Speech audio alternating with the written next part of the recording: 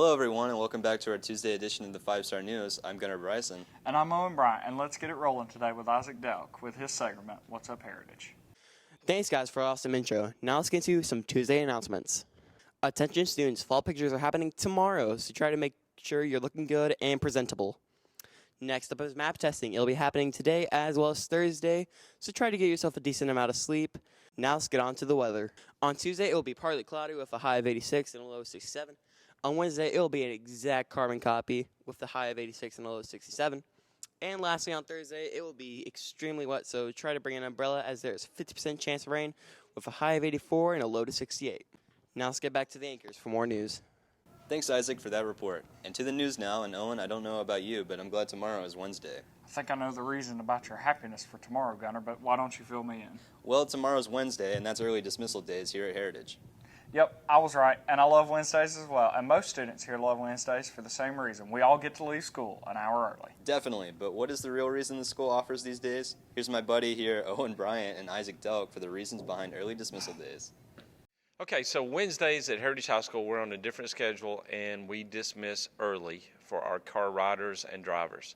The reason we do this is that teachers meet together for 1 hour once a week, and they discuss what our students are learning, how they're progressing, how we're going to measure their learning, what are we going to do if students are behind, what do we do for students who already know what we're teaching. I think it's a good thing. I come from a middle school where we didn't have that. I think it's great for the students to have that extra time, kind of gives them a little bit of a break in the middle of the week. They can utilize that time for extra study time or get caught up on their work or what have you. So I think it's a good thing. So it's going really well. I think everybody is paying attention to what they're supposed to do. If you're riding a bus, the buses run at normal times, so those students wait in the cafeteria. Honestly, I like that we get that extra hour on Wednesdays because it's just nice to hang out with my friends during that.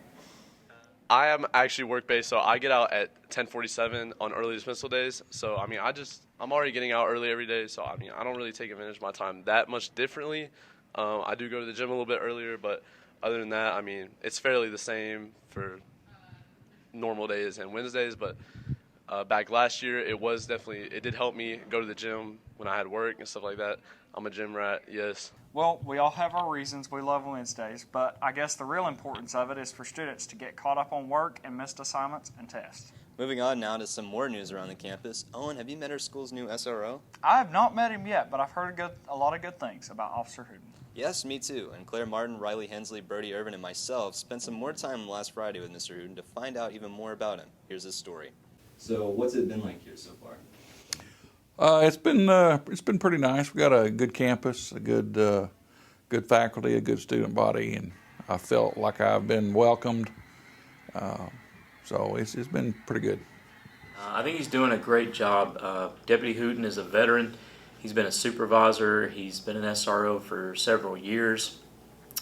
He's definitely a professional, knows the ins and outs of the job, knows Catoosa County, and I think he's done a really great job.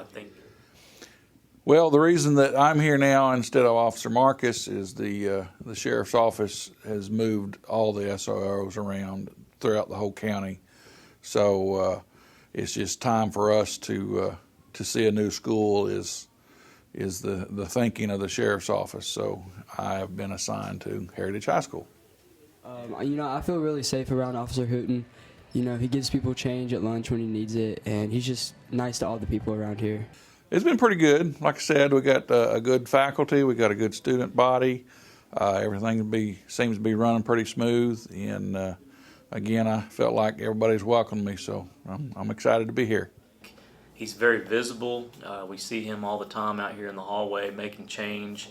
That's been a really neat way for him to learn some of the students, and he's just a very vigilant professional officer, and I'm glad to have him, and I think he's going to do a great job here at Heritage High School. Well, my role as an SRO, the primary role is to provide safety and security for the school. The secondary role is to enforce Georgia law and to make sure that any issues with the law is resolved in the best way possible. And that's really my main functions as an SRO is protection and enforce Georgia law.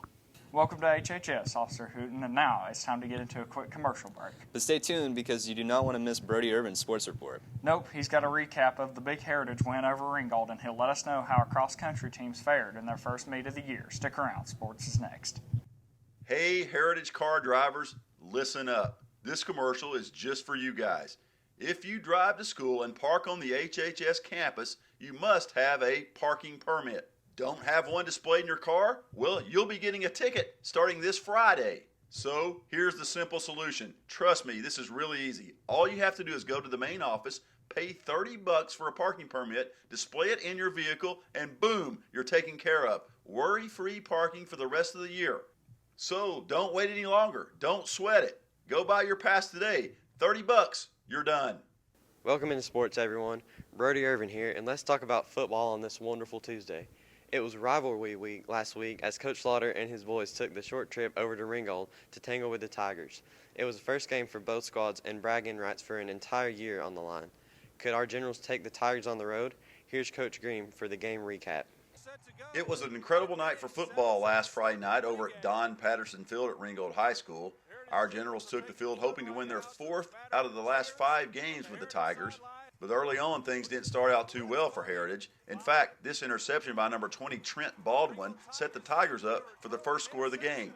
It came a few plays later on a 1-yard run by number 7, Peyton Williams, and the Tigers lead this one 7-0. And that's a Ringgold touchdown. But our Generals would respond to the Tigers' score pretty quick. In fact, it was the defense that provided the spark. This interception by number 17, Tanner Hall, set the Generals up deep in Tiger territory.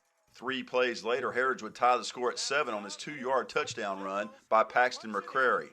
A long field goal by Chipper Grayson would give the Generals a 10-7 lead, and then the General offense would look to attack through the air. Here, quarterback Caden Swope fires long down the sideline to a wide-open Peyton Newman, and Peyton outruns the defense for a 53-yard touchdown, 17-7 Generals. That's number 4, Peyton Newman, for the wide-open touchdown. Still second quarters, and the Generals in the lead 17-10 when Swope does it again via the air. This time it's a long TD pass, 81 yards to Max Owens, and watch Owens make the nice cut right there and get in the end zone. 24-10 Generals as the teams go to halftime. For an impressive touchdown. Coach Eves did a really good job setting a lot of that stuff up with the run game, and what was awesome was just the poise of Caden. You know, he didn't panic. We had some guys wide open a couple of times, and he just laid it on them with some good balls. And so it's just great to have those guys with that experience that just come out and play, and it's fun, man. It's a good bunch of kids. After all the fireworks in the first half, the teams had only combined for 2 touchdowns in the second half. The Tigers cut the lead to 24-17 midway through the third quarter, but the Generals would grab that momentum back quick as Swope connects again, this time 38 yards to Tyler Cheatwood. That would set up the game-clinching touchdown, and that would come from Paxton McCrary. 3 yards, it's a walk-in. Generals lead at 31-17. That would be the clincher, and we talked to some happy Generals after the game. I'm pumped. I'm really just happy for our kids. We have an amazing group of seniors that, man, they're just so much fun to take the field with. It was smooth. The coaches gave us a beautiful game plan this week. Really just made everything super easy. We had 4 really good days at practice, and it was just everything I thought it would be. It feels great. You know, I've never felt the feeling of losing to them, and I enjoy that. I enjoy every single win, and this one feels special. Oh, it's exciting. I've been excited about it since Sunday night. I've had butterflies every morning when I woke up, and to actually be able to play it and make it come true, and we'd be 1-0 after beating Ringgold, I think it's a huge win, and it's very exciting for everybody out here. Congrats on the humongous win, guys, and good luck this week over at East Hamilton. To cross country now, and our girls and boys were way up in the Georgia mountains of Pickens County this past weekend for their first meet of the year. How did the meet turn out? Here's Printer Alton and Ethan Anderson with that answer and more in this report. Well, the cross-country team went down to Pickens County this weekend and had their first meet. It was an early morning. We left out a little after 5 a.m., and it was a rainy day, so the boys' race was first, and it was raining during that meet, or during that race, and but overall the boys, you know, they stepped it up. We graduated 7 seniors last year, so the boys' team is rebuilding, but the guys are already stepping up and making good improvement. people that did very well were Riley Womack. He led the Generals. He was 129th out of 214 runners, and he earned a new PR, a personal record of 1929. This weekend, I think we did decent. We have room to improve, though. The good runners on the team this weekend were, I think, Will Rydell, Maddox Henry, and Hiram Smart. And overall, though, I think we can improve this over this last weekend. On the girls' team, though, the girls finished 19th out of 28 teams. They were led by Zoe St. John. She finished 68th out of 197. All the girls did well at the meet and the boys, but our next meet should go well. But we all did good. I think we all scored pretty good times, and we placed pretty well. But I think next meet will go pretty well. Our next race is at home, and on Saturday, the 27th. So it's going to be a big meet. It's the first league race, the North Georgia League. So we're looking forward to hosting that race and having good results. Thanks for sports, Brody, and now back to the news. And we're going to take you back to a wild and crazy first pep rally of the year last Friday. Yep, all of the classes did a great job with the participation. The games were really cool, and the Spirit Stick and the Megaphone were on the line as well. Who took those awards? Here's Isaac Duck with this report.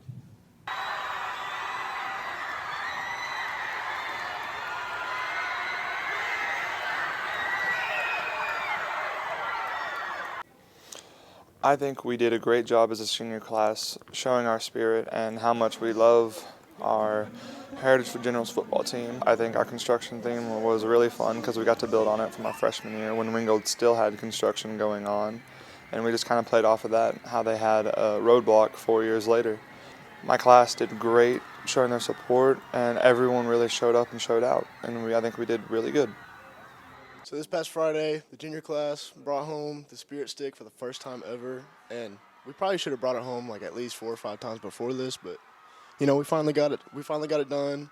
You know, we definitely deserved it this year, and we gave it everything we had, and we came out on top. Congrats, juniors and seniors. I actually thought the freshmen might sneak in there and win something. Me too. Oh well. With that, that'll do it for this Tuesday edition of the 5 Star News. We'll do it again on Friday, but until then, stay classy, Heritage.